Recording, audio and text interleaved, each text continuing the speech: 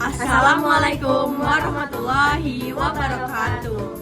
Jadi kami dari subunit kelompok 3P5 akan membuat video uprak kimia kami, yaitu tentang koloid, dan kami akan membuat puding strawberry, dan kami akan menjelaskan tentang mekanisme koloid dan tentang penjelasan lebih lanjutnya lah tentang puding dan koloid ini. So stay tuned and watch. Oke, pertama kita masukin bubuk puding rasa strawberry ke dalam panci. Masukin semuanya ya. Oke, langkah selanjutnya kita akan memasukkan air sebanyak 500 ml.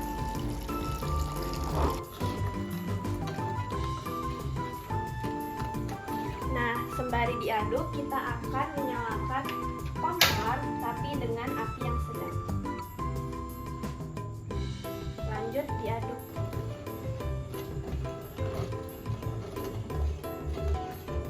A few moments later. Oke, jadi bisa dilihat di sini ya bahwa konsistensinya ini udah cair, menunjukkan bahwa bubuk pudingnya sudah tercampur sempurna dengan airnya. Dan dia kan udah mendidih juga nih, tadi udah ada uapnya, tuh ada uapnya, dan dia kan udah cair gini. Waktunya kita pindahin dia ke wadahnya supaya dia bisa ngeset dan beneran jadi jelly yang padat. By the way, Mir, Ya, kamu Val? pegel nih, tolong gantian boleh nggak?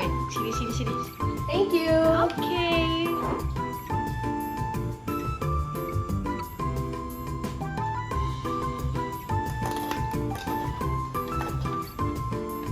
Nah, ini udah kita pisah. Udah kita taruh ke tempatnya. Kita biarkan dia mendidih hingga mengeras ya teman-teman. Good job Amir. Thank you sudah menggantikan saya. Kita akan tunggu sampai lu mengeras jadi puding. Nanti kita letak ini kulkas, oke? Sampai ketemu lagi. Bye bye. Sampai ketemu, sampai kamu menjadi puding beneran yang udah padat. We love you. A few minutes later. Jadi, di dalam dunia kimia itu ada 3 jenis campuran. Yang pertama ada larutan, suspensi, dan juga koloid. Kalau koloid ini adalah jenis campuran heterogen yang mana itu terjadi karena adanya dispersi antara suatu zat ke dalam zat lain yang sudah dicampurkan.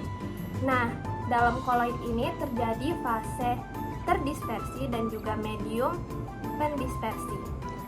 Nah, fase terdispersi adalah zat yang mengalami penyebaran secara merata dalam suatu zat lainnya. Medium pendispersi adalah zat yang menyebabkan terjadinya penyebaran secara merata. Nah, fase di sini itu berbeda ya dengan wujudnya karena ada beberapa zat yang memiliki wujudnya itu sama tapi fasenya itu berbeda. Contohnya seperti santan. Kalau misalnya kita lihat lebih dekat atau lebih jelas, santan itu memiliki butiran minyak yang ada di dalam air sehingga butiran minyak ini memiliki wujudnya yang sama yaitu cair tapi memiliki fase yang berbeda. Berhubungan dengan materi koloid ini kan kita tadi bikin puding ya. Jadi kita bakal lebih detail lagi membahas tentang koloid. Sebenarnya koloid apa sih puding itu? Dan kita intinya bakal talk a lot dan bakal jelasin lebih detail dan spesifik lagi tentang koloid yang terjadi pada puding. Nah, jadi jenis-jenis koloid itu ada banyak banget. Totalnya itu ada 8. Ada sol padat, aerosol padat, emulsi padat, buih padat, dan juga buih. Puding ini sendiri termasuk jenis koloid emulsi padat yang medium dispersinya padat dengan fase terdispersi yang cair. Nah, puding ini terbuat dari air yang termasuk ke dalam fase terdispersi dan bubuk puding yang termasuk ke dalam medium terdispersi.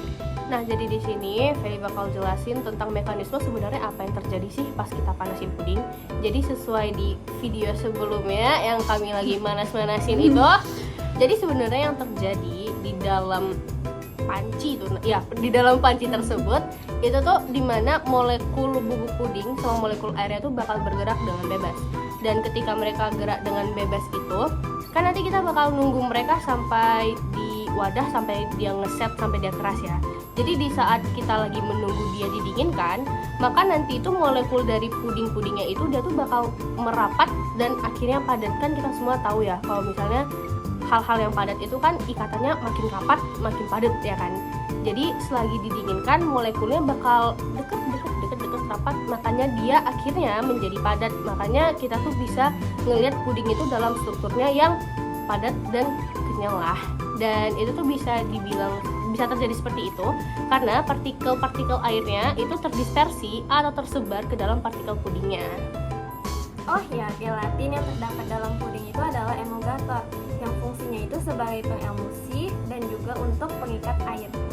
Fun fact-nya nih teman-teman, puding bersifat soluble yang dimana partikel terdispersi mampu dan suka menarik medium pendispersi karena di dalamnya terdapat ikatan hidrogen.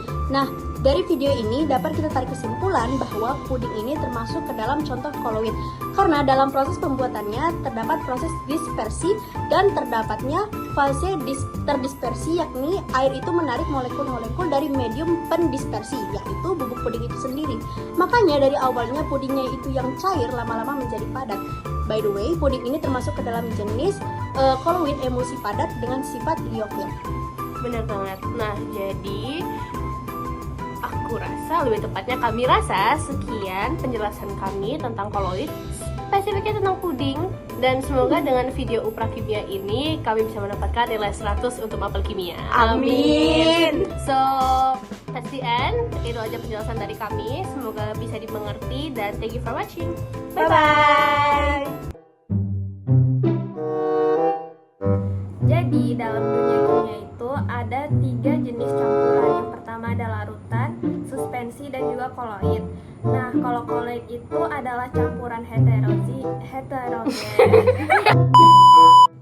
Jadi dalam dunia kimia itu terdapat 3 jenis campuran. Yang pertama larutan, suspensi, dan juga koloid. Jadi koloid itu adalah jenis campuran heterozigot. Jadi di dalam dunia